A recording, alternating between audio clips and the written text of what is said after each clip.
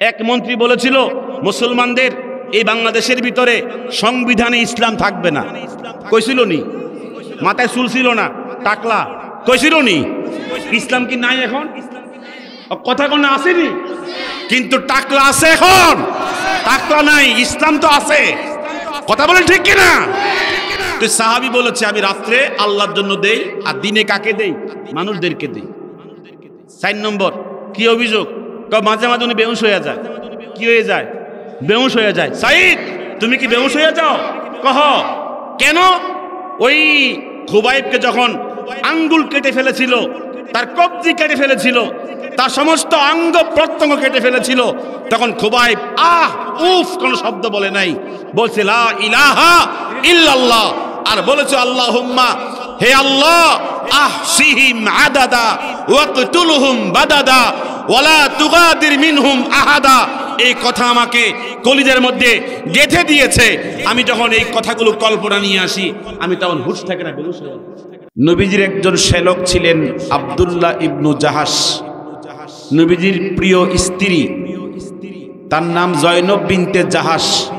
একজন স্ত্রী নাম হচ্ছে জয়নব বিনতে জাহাশ, আমাদের মা, তার আপন ভাই সাহাবীর নাম হচ্ছে আব্দুল্লাহ ইবনু জাহাশ। তিনি মক্কা থেকে মদিনায় হিজরত করার পর যখন তিনি হিজরত করতে প্রস্তুতি নিচ্ছিলেন, তার আত্মীয় স্বজন, তার ছেলে মেয়ে, তার পরিবার পরিজন, তার যত আত্মীয় স্বজন সকলেই একসাথে যখন মক্কা থেকে মদিনায় হিজরত করেছেন, তখন মদিনায় যাওয়ার পরে সবার চোখ উঠেছে এত বেশি হিজরতকারী লোকদেরকে নিয়ে, আর কেউ হিজরত করে নাই। সবচেয়ে বেশি সংখ্যক হিজরতকারী সাহাবায়ে কেরাম ছিল আব্দুল্লাহ ইবনু জাহাশের দলে। তো সবচেয়ে বড় কথা হলো, যখন হিজরত করেছেন, মদিনায় পৌঁছে গিয়েছেন, তখন আবু জাহাল হযরত আব্দুল্লাহ ইবনু জাহাশের বাড়ি, তার বাগান, তার ঘরের আসবাবপত্র সব দখল করেছে। জোরপূর্বক অন্যায়ভাবে তার বাড়িঘর দখল করেছে। এই নবীজির শ্যালক আব্দুল্লাহ ইবনু জাহাশ যখন শুনেছেন তার বাড়িঘর দখল করেছে আবু জাহাল, মক্কার লিডার, কাফেরদের নেতা, তখন তিনি দুঃখ প্রকাশ করে নবীজিকে বলেছেন, হুজুর, আমি যে প্লেটে খানা খাইতাম, আমি যে গ্লাসে পানি পান করতাম, আমি যে চকিতে ঘুমাতাম, এই জায়গায় এখন আবু জাহাল আমার প্লেটে খানা খায়, আমার জগে পানি পান করে, আমার খুব কষ্ট হচ্ছে। হুজুর তখন বলছিলেন, ইয়া আব্দুল্লাহ, হে আমার শ্যালক আব্দুল্লাহ ইবনু জাহাশ, আলা তারদা বিআন্নাল্লাহ ইয়াতিয়াকা খায়রা দারিন ফিল জান্নাহ, তোমার এই দুনিয়ার ঘরের বিনিময়ে আল্লাহ পাক তোমাকে পরকালে জান্নাতে আরো উত্তম ঘর দিবেন, এতে তুমি সন্তুষ্ট নও? তখন আব্দুল্লাহ ইবনু জাহাশ মুস্কি হেসে বলেছেন, আমি এতে সন্তুষ্ট ইয়া রাসূলুল্লাহ। মূলত আয়াতে কারিমা কেন নাজিল হয়েছে তার ব্যাপারে নবীজি প্রথম সাহাবায়ে কেরামদের মধ্য থেকে যাকে আমিরুল মুমিনিন বানিয়েছেন, সিরাত গ্রন্থ থেকে এ কথা প্রমাণিত যে সর্বপ্রথম যিনি নেতা মুসলমানদের মধ্যে হয়েছেন তার নাম হচ্ছে আব্দুল্লাহ ইবনু জাহাশ। হুজুর 8 জন সাহাবীর নেতৃত্ব দেওয়ার জন্য তাকে নেতা বানিয়েছেন। বলেন কি বানিয়েছেন? নেতা বানিয়েছেন। নেতা বানিয়ে নবীজি একটা চিঠি লিখেছেন। চিঠির মধ্যে বলেছেন, তুমি এই চিঠি এখন মদিনাতে খুলবে না, তুমি অমুক জায়গায় যাওয়ার পরে আমার চিঠিতে কি লেখা আছে এটা খুলে পড়বে। ফাইদা নাযারতা ফি কিতাবি হাযা, আমার চিঠির মধ্যে কি লিখছি, যখন তুমি চিঠি খুলে যখন পড়বে, ফাম দে, তখন তুমি তোমার সফর চালিয়ে যাবে। হাত্তা তানজিলা নাখলাতান বাইনা তায়েফে ওয়া মাক্কাতা, তোমার এই 8 জন সফর সঙ্গী সহ তায়েফ এবং মক্কার মাঝামাঝি একটা খেজুর বাগান পর্যন্ত তোমার সফর চালিয়ে যাবে। ওই খেজুর বাগানে গিয়ে দেখবে কাফেরেরা কয়েকজন নেতা আমার মদিনাতে আক্রমণ করার জন্য একটা প্ল্যানিং করবে, রোড ম্যাপ করবে। কথা কোন কি করবে? মদিনাতে আক্রমণ করার জন্য রোড ম্যাপ করবে। ফাতারাসাদ বিহা কুরাইশান, তাদের গতিবিধি তুমি কি করবা? খুব লক্ষ্য করবা, সতর্কতার সাথে। ওয়াকিফ লানা আলা আখবারিহিম, তাদের সকল তথ্যগুলো মদিনাতে কিভাবে তারা আক্রমণ করার চক আঁকবে, এই তথ্যগুলো সংগ্রহ করে মদিনাতে আমার কাছে পৌঁছায়া দিবে। আমরা কথা বুঝতেছেন আপনারা? হযরত আব্দুল্লাহ ইবনে জাহাশ বলেন, নবীজির চিঠি মুবারক আমি হাতে নিয়ে যেখানে গিয়া খুলতে বলেছিলেন ওই জায়গায় গিয়া খুললাম। খুলে দেখি নবীজি আমাকে বলেছেন, তোমার 8 জন সাহাবীকে নিয়ে ওই তয়েফ এবং মক্কার মাঝামাঝি খেজুর বাগানে গিয়া অবস্থান করে দেখবা, সেখানে কাফেরদের কয়েকজন নেতা মদিনাতে আক্রমণের জন্য কি করতেছে? রোড ম্যাপ তৈরি করতেছে। হুজুরের কথা মতো আমি গিয়া দেখি আব্দুল্লাহ বিন আল হাদরামি, তার নেতৃত্বে কয়েকজন কাফের সেখানে কি যেন প্ল্যান পরিকল্পনা করতেছে। আমি আমার নবীর কথা মতো ওদেরকে খেজুর বাগানের ভিতরে পেয়ে গেলাম। আমি তখন ভাবলাম যে এই তোদেরকে পেয়ে গেছি, এখন এই মুহূর্তে আমার করণীয় কি? তখন নবীজির চিঠির মধ্যে যে কথা বলেছিল, হুজুর বলেছিল তোমরা তাদের গতিবিধি লক্ষ্য করবে এবং তাদের তথ্যগুলো মদিনাতে পাঠায়া দিবে। নবীজি চিঠির মধ্যে বলে নাই ওদেরকে হত্যা করবে, ওদেরকে গ্রেফতার করবে। বলছে কথা বলেন না? নবীজি হত্যা করতেও বলে নাই, নবীজি গ্রেফতার করতেও বলে নাই, কিন্তু 8 জন পরামর্শ করেছে যেহেতু তাদেরকে আমরা পেয়ে গেছি, আমরা ওদেরকে বন্দী করে মদিনায় নিয়ে যাব, তাতে নবীজি খুশি হয়ে যাবেন। বর্তমানে যারা অতর্কিত অবস্থায় ঘুমন্ত লোকদের উপরে আক্রমণ করে হত্যা করেছে, হয়তো কিছু নেতা খুশি হবে, কথা বল, কিছু নেতা হয়তো খুশি হবে, কিন্তু এতে আমার আল্লাহ খুশি নন, আমার নবীজিও খুশি নন। চিন্তা করেন, নবীজি বলেছেন ফাতারাসাদ বিহা কুরাইশান, কুরাইশদের গতিবিধি লক্ষ্য করবে এবং তাদের কোনো তথ্য থাকলে এগুলো মদিনায় পাঠায়া দিবে। ওদেরকে হত্যা করতেও বলেন নাই, গ্রেফতার করতেও বলেন নাই।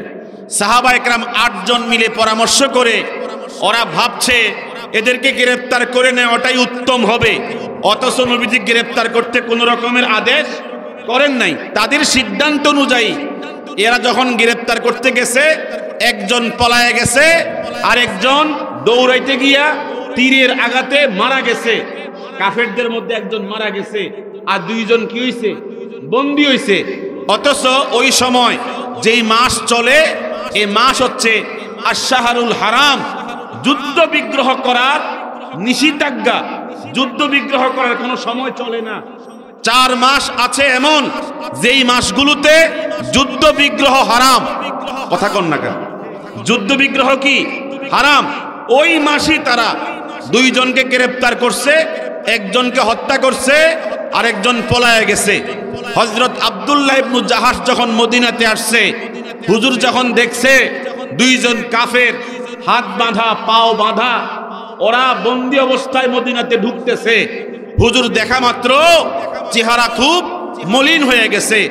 হুজুর বলছে, আমি তোমাকে প্রথম আমির বানাইছি, প্রথম নেতা বানাইছি, তুমি বলো আমার চিঠির মধ্যে যে কথা লিখেছি তুমি কি পরিমাণ কথাগুলো বাস্তবায়ন করেছো?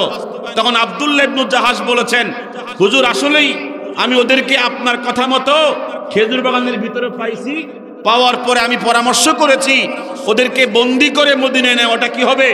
উত্তম হবে। হুজুর তখন বলেছেন, ওয়াল্লাহি মা আমারতুকুম বিকিতাল, আমি ওদেরকে হত্যা করতে বলি নাই, আমি তাদেরকে বন্দী করতে বলি নাই। ওয়া ইন্নামা আমারতুকুম আন তাকিফু আলা আখবারিহিম, আমি তোমাদেরকে আদেশ করেছি তাদের গতিবিধিগুলো আমার মদিনায় পাঠায়া দিবা, তাদের চক্রান্তগুলো খবর নিয়ে আমাকে সহযোগিতা করবা। আমি মারতেও বলি নাই, বন্দী করতেও বলি নাই। কথা বলেন ঠিক নেই? হুজুর তখন দুঃখজনক এই ঘটনার সম্মুখীন হওয়ার পরে হুজুর বলছে, তোমাদের এই সিদ্ধান্ত, তোমাদের এই কার্যক্রমের সাথে আমি সম্পূর্ণ অসন্তুষ্ট। কারণ মক্কার কাফেরগণ বলবে মুহাম্মদ বলি সাল্লাল্লাহু আলাইহি ওয়াসাল্লাম, তিনি হারাম মাসকে সম্মান দিতে জানে না, তিনি হারাম মাসেও মানুষ হত্যা করে, মানুষ গ্রেফতার করে, তিনি সন্ত্রাসী। অতএব তোমরা যে কাজকর্ম করেছো এতে আমি সম্পূর্ণ অসন্তুষ্ট। এখন যাকে হত্যা করেছো, যেই দুইজনকে বন্দী করেছো, তাদের ফয়সালা আমি দেওয়ার ক্ষমতা রাখি না যতক্ষণ আল্লাহর পক্ষ থেকে সিদ্ধান্ত না আসে। বলেন না সুবহানাল্লাহ। বলেন তিনজন চারজন যারা ওই ইস্তিমার মাঠে শহীদ হয়েছেন, যারা হত্যা করেছে, তাদের ফয়সালা কি আমরা দিতে পারবো? ফয়সালা কার পক্ষ থেকে আসবে? আল্লাহর পক্ষ থেকে আসবে। নিরপরাধ তারা গিয়েছে সেখানে কি করার জন্য? দাওয়াতের কাজের জন্য গিয়েছে। ওদের যে এভাবে নির্মম অবস্থা তৈরি হবে, যারা ওদেরকে শহীদ করেছে, যারা নির্মমভাবে তাদেরকে হত্যা করেছে, তাদের ফয়সালা কোথা থেকে আসবে? জোরে বলে না, কোথা থেকে আসবে? আল্লাহর পক্ষ থেকে আসবে। সাহাবায়ে কেরাম আব্দুল্লাহ ইবনে জাহাশের সাথে কথাবার্তা বন্ধ করে দিয়েছেন। অনেক দিন যাবত কথাবার্তা বন্ধ। ঠিক কয়েকদিন পরেই আল্লাহ পাক সাহাবায়ে কেরামদের পক্ষে তাদেরকে উদ্ধার করার জন্য আয়াত নাজিল করেছেন।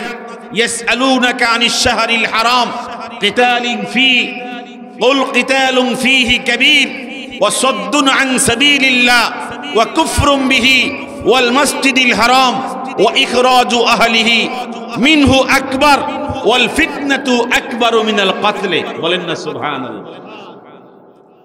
একটু খেয়াল করে শুনেন, আল্লাহ তাআলা আয়াত নাজিল করেছেন, হে নবী, মক্কার কাফের মুশরিকরা আপনাকে প্রশ্ন করবে, হারাম মাসে হত্যা করা কেন আপনার পক্ষ থেকে হয়েছে? আপনি জবাব দিবেন, হারাম মাসে, নিষিদ্ধ মাসে হত্যা করা কাবীর, এটা পাপের কাজ। কিসের কাজ? পাপের কাজ। কিন্তু ওয়াসাদ্দুন আন সাবিলিল্লাহ, তোমরা যে কাজ করো, মানুষদেরকে আল্লাহর পথ থেকে বাধা দাও, আল্লাহর পথে আসতে দাও না, দাওয়াতের কাজে মানুষদেরকে বাধাগ্রস্ত করো। ওয়া কুফরুম বিহি, আল্লাহর পথ তোমরা অস্বীকার করো, আল্লাহর দ্বীন তোমরা অস্বীকার করো। ওয়াল মাসজিদিল হারাম, এবং মসজিদে হারামের মধ্যে মানুষদেরকে আসতে বাধাগ্রস্ত করো। ও ইখরাজু আহলিহি মিনহু, এবং মসজিদে হারামে যারা বসবাস করে মক্কার মুসলমানদেরকে তোমরা কি করো? গলা ধাক্কা দিয়ে বের করে দাও। এটা আকবার। এই পাপ ওই পাপের থেকে আরো বড়। এই পাপ কি ওই পাপের থেকে আরো কি বড়? ওয়াল ফিতনাতু আকবারু মিনাল কতল, আর ফিতনা করা, বিশৃঙ্খলা করা, এটা কতলের থেকে আরো বড় অন্যায়। এই আয়াত নাজিল হয়েছে। এই আয়াত কি হয়েছে? নাজিল হয়েছে। আমি আশ্চর্য হবেন, রাসূলুল্লাহর সাহাবী হযরত সাঈদ ইবনে আমের আল জুহানি, তার কথা সিরাত গ্রন্থ সিয়ারু আলামিন নুবালা, তাকরিবুত তাহযীব, অসংখ্য ইতিহাস গ্রন্থের মধ্যে এসেছে। নবীর সাহাবী সাঈদ ইবনে আমের আল জুহানি তিনি বলেন, আমি খুবাইবের হত্যার দৃশ্য দেখার জন্য ফজর নামাজের পরে, সূর্য উদয় হওয়ার পরে, আমি তখন ছিলাম কাফের, 22 বছর বয়সে। আমি যখন শুনেছি আজকে মিনা প্রান্তরে খুবাইব ইবনে আদিকে ফাঁসি দেওয়া হবে, এই দৃশ্য দেখার জন্য আমি অত্যন্ত ভোরে ভোরে ওই তানঈম নামক জায়গায় গিয়া এই দৃশ্য সরাসরি নিজের চোখে দেখব। বসে বসে অপেক্ষা করছি। কিছুক্ষণ পরে দেখছি খুবাইব ইবনে আদিকে বনুল হারেস গোত্রের বাড়ি থেকে হেসরাইয়া হেসরাইয়া তানঈম নামক ফাঁসির মঞ্চের কাছে আনা হচ্ছে। আর চতুর্দিক থেকে চাবুকের বাড়িতে গোটা শরীর রক্তে ক্ষত বিক্ষত হয়ে যাচ্ছে। হযরত সাঈদ ইবনে আমের আল জুহানি তখন কাফের ছিল। তিনি তখন কানের মধ্যে একটা আওয়াজ শুনতেছে।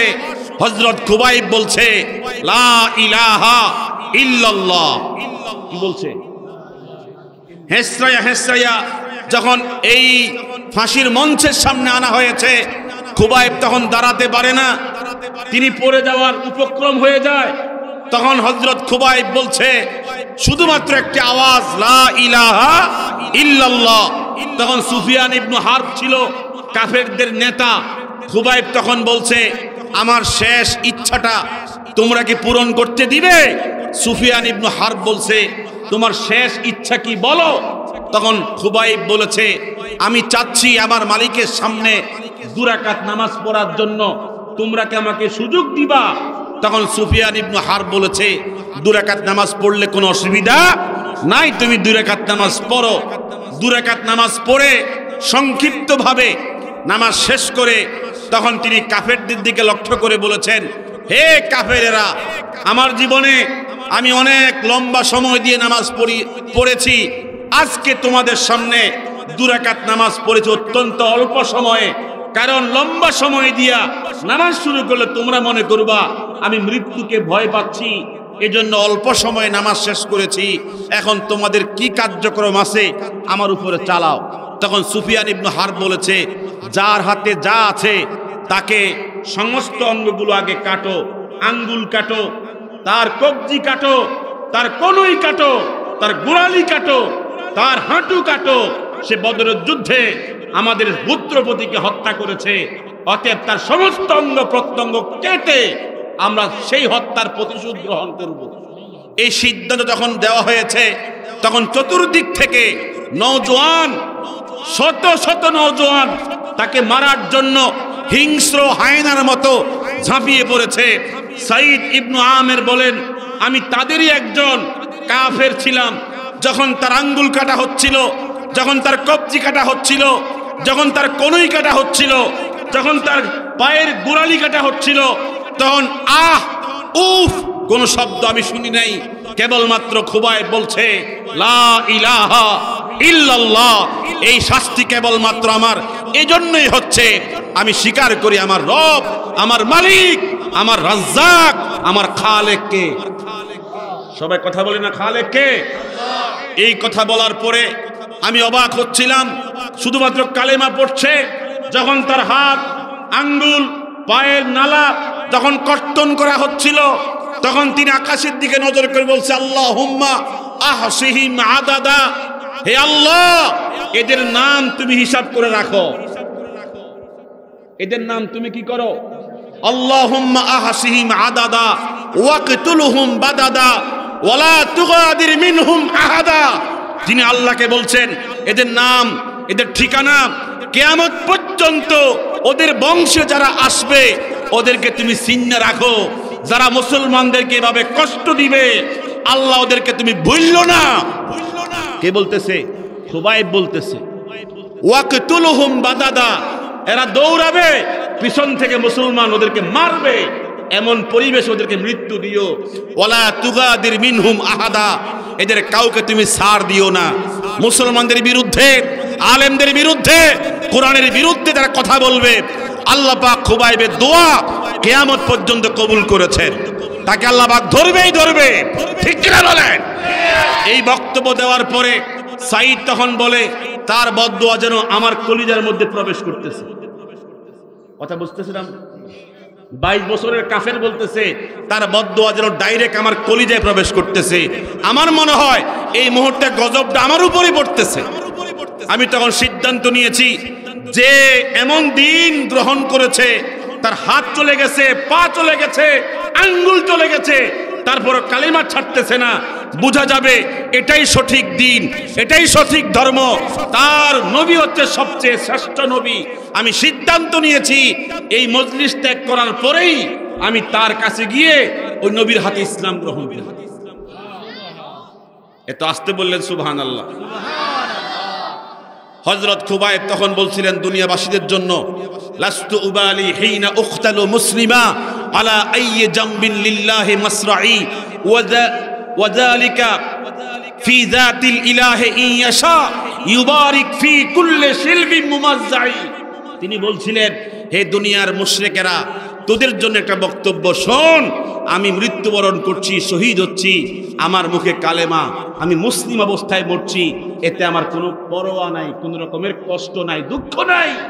আলা আইয়ি জানবিন লিল্লাহি মাসরাই, আমার এই শাহাদাত, আমার এই শাহাদাতের নজরানা আল্লাহ পাকের কাছে বরাদ্দ থাকবে।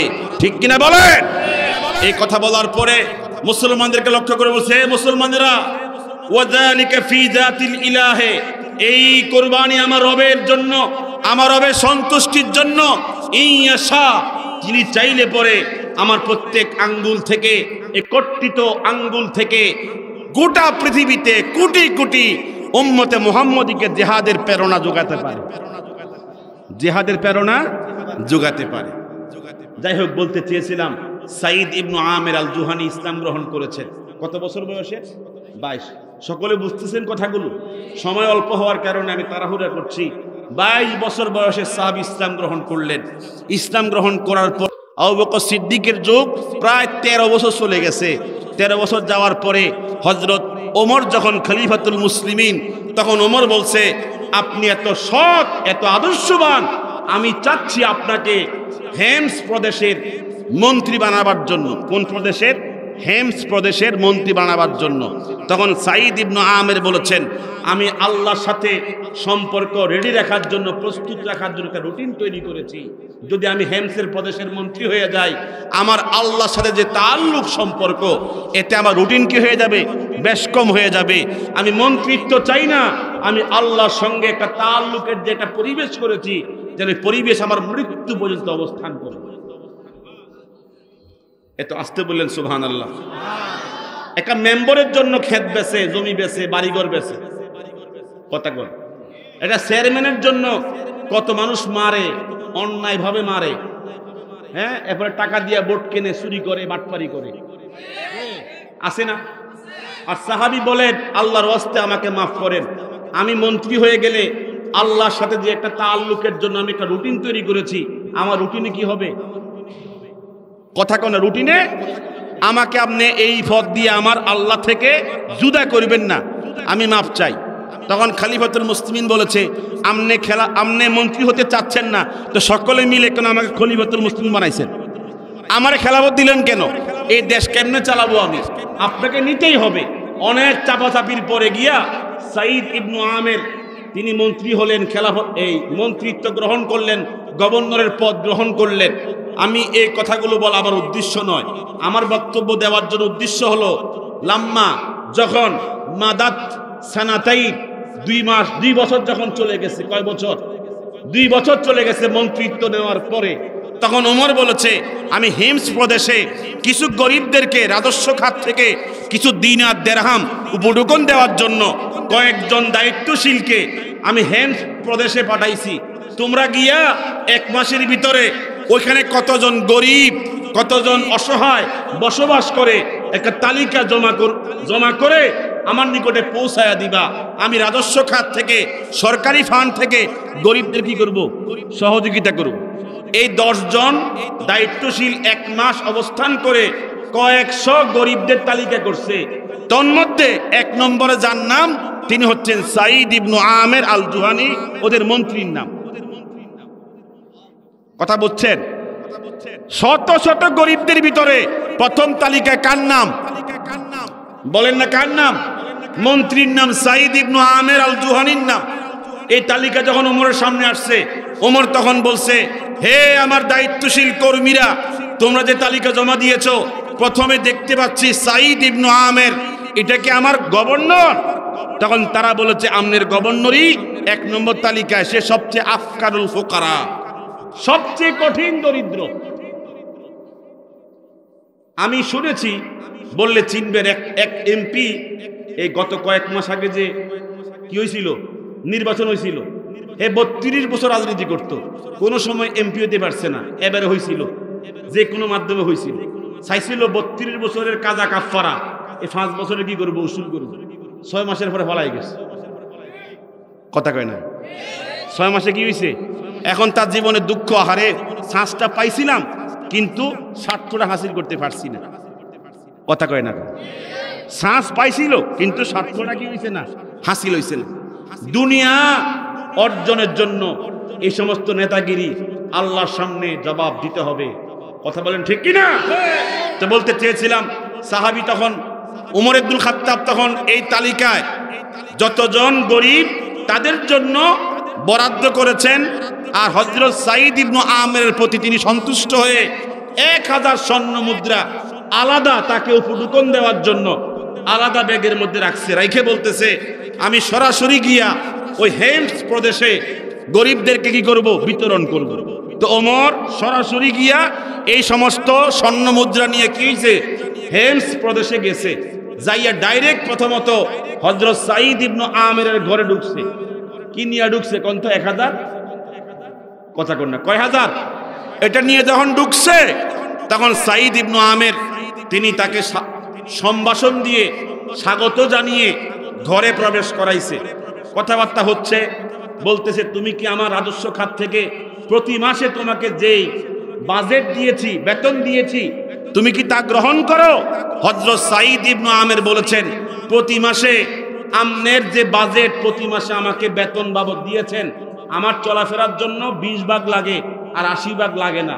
এজন্য 80 ভাগ আমি কি করছি, ওই রাজস্ব খাতেই এই 2.5 বছর কি রাখছি, ফেরত দিয়ে জমা রাখছি। আর 20 ভাগ আমি কি করছি, নিজের কাজে খরচ।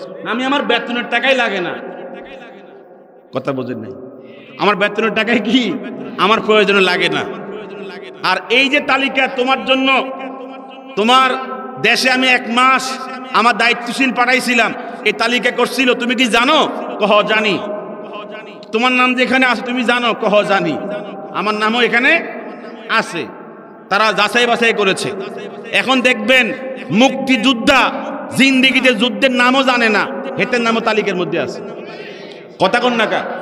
দলীয়করণ শয়তানি।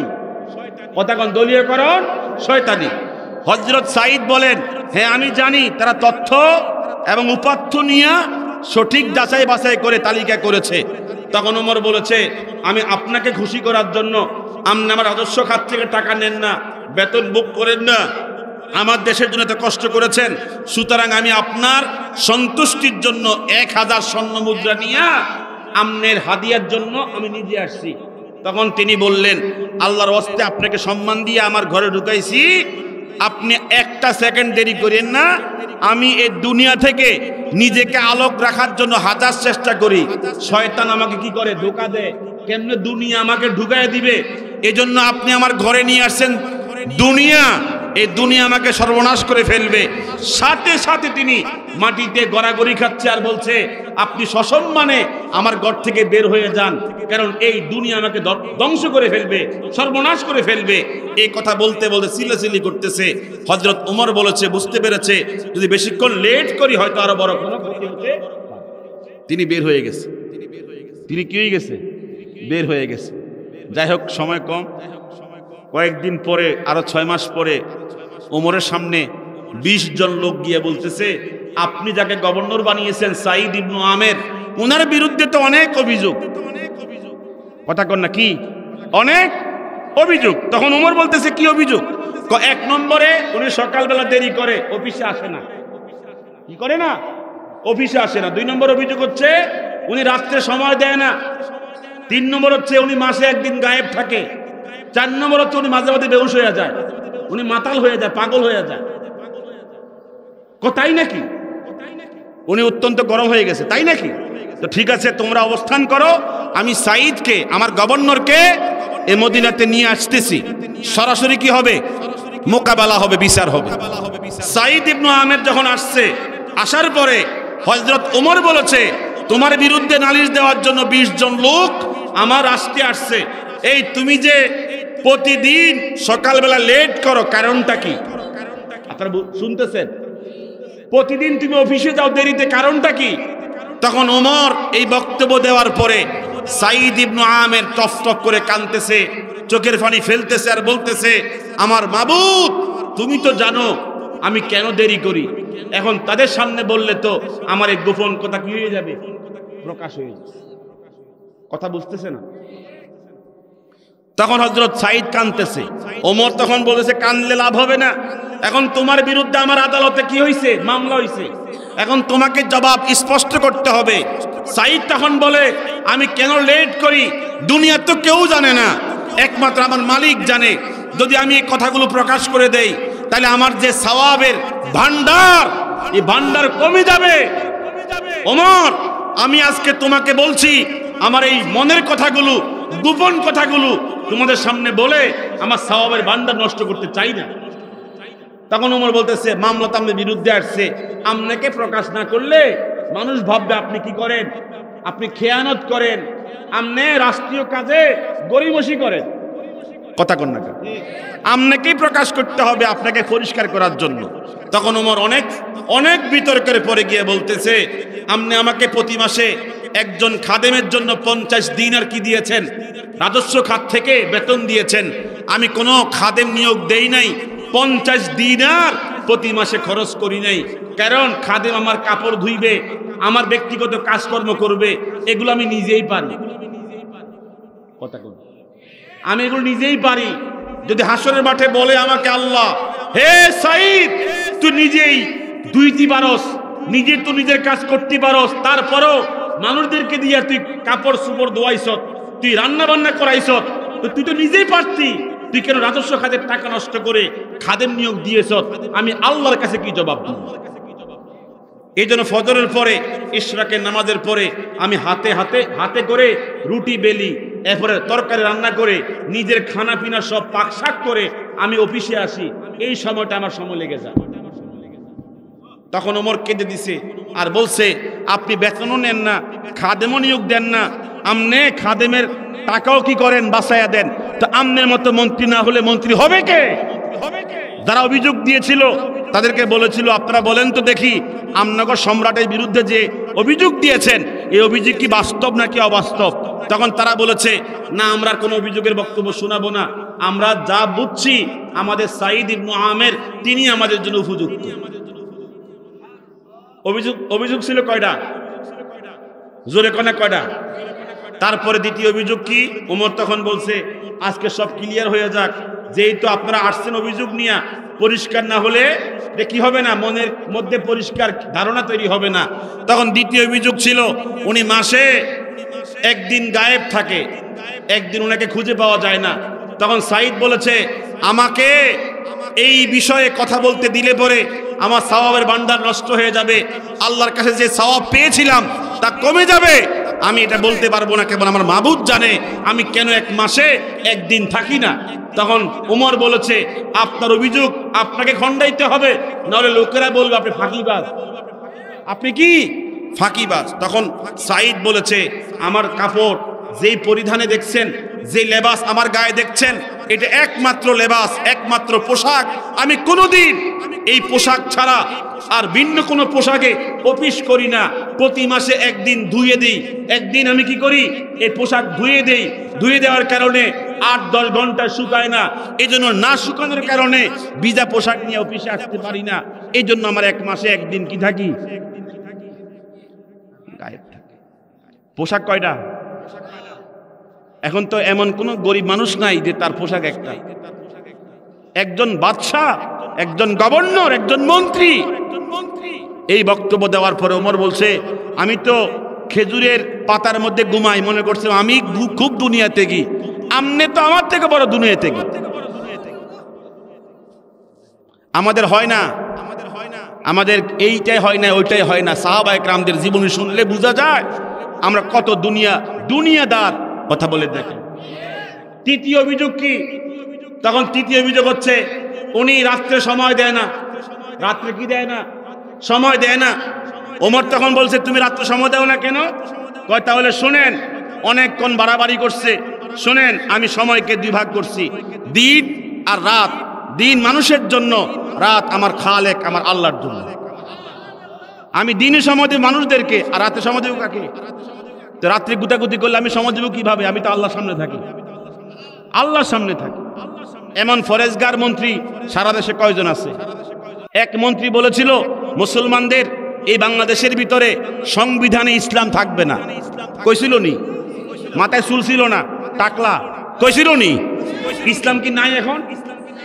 কথা কোন আসেনি, কিন্তু টাকলা আছে এখন, টাকলা নাই, ইসলাম তো আছে। কথা বলেন ঠিক কিনা? তো সাহাবী বলেছে, আমি রাত্রে আল্লাহর জন্য দেই, আর দিনে কাকে দেই? মানুষদেরকে দেই। 4 নম্বর কি অভিযোগ? মাঝে মাঝে উনি বেহুশ হয়ে যায়। কি হয়ে যায়? বেহুশ হয়ে যায়। সাঈদ তুমি কি বেহুশ হয়ে যাও? কহ কেন? ওই খুবাইবকে যখন আঙ্গুল কেটে ফেলেছিল, তার কবজি কেটে ফেলেছিল, তার সমস্ত অঙ্গ প্রত্যঙ্গ কেটে ফেলেছিল, তখন খুবাইব আহ উফ কোনো শব্দ বলে নাই, বলছে লা ইলাহা ইল্লাল্লাহ, আর বলেছো আল্লাহুম্মা, হে আল্লাহ, আহসিহিম আদাদা ওয়াকতুলহুম বাদাদা ওয়ালা তুগাদির মিনহুম আহাদা। এই কথা আমাকে কলিজার মধ্যে গেঁথে দিয়েছে। আমি যখন এই কথাগুলো কল্পনা নিয়ে আসি, আমি তখন হুঁশ থাকে না, বেহুশ হয়ে যাই। এজন্য বলতে চেয়েছিলাম যে মুহাম্মাদুর রাসূলুল্লাহ ওয়াল্লাযীনা মাআহু আশিদ্দাউ আলাল কুফফার, আমাদের রাসূলের সাহাবা ইকরাম যারা ছিলেন কাফেরদের বিরুদ্ধে কি ছিলেন? সবচেয়ে কঠোর মনোভাব সম্পন্ন ছিলেন। আল্লাহ পাক আমাদের সকলকে যেন কাফেরদের বিরুদ্ধে কঠোর মনোভাব সম্পন্ন হওয়ার তৌফিক দান করেন এবং একে অপরের সাথে মোমেন ভাইয়ে ভাইয়ে কাঁধে কাঁধ মিলিয়ে দুনিয়ার সুন্দর জীবন তৈরি করার তৌফিক দান করেন। আমি দোয়া চেয়ে এখানে শেষ করছি। আমার জন্য দোয়া করবেন ইনশাআল্লাহ। আমিও একটা 21 বছরের জিন্দেগি প্ল্যাটফর্ম পরিত্যাগ করে আমি আপনাদের কাছে আসছি। আমি অনেক মানসিকভাবে চাপের মধ্যে আছি। স্বাভাবিকভাবে বয়ান করব, এখনও সেরকম আমার পরিবেশ এখনও হয় নাই। আমার জন্য দোয়া করবেন যেন আমি মিল্লাতের এই মিল্লাতে, বিশেষ করে হাক্কানিয়াতের উপরে আমি শেষ পর্যন্ত ইস্তেকামাত থাকতে পারি। আল্লাহ পাক তৌফিক দান করেন। আসসালামু আলাইকুম ওয়া রাহমাতুল্লাহ।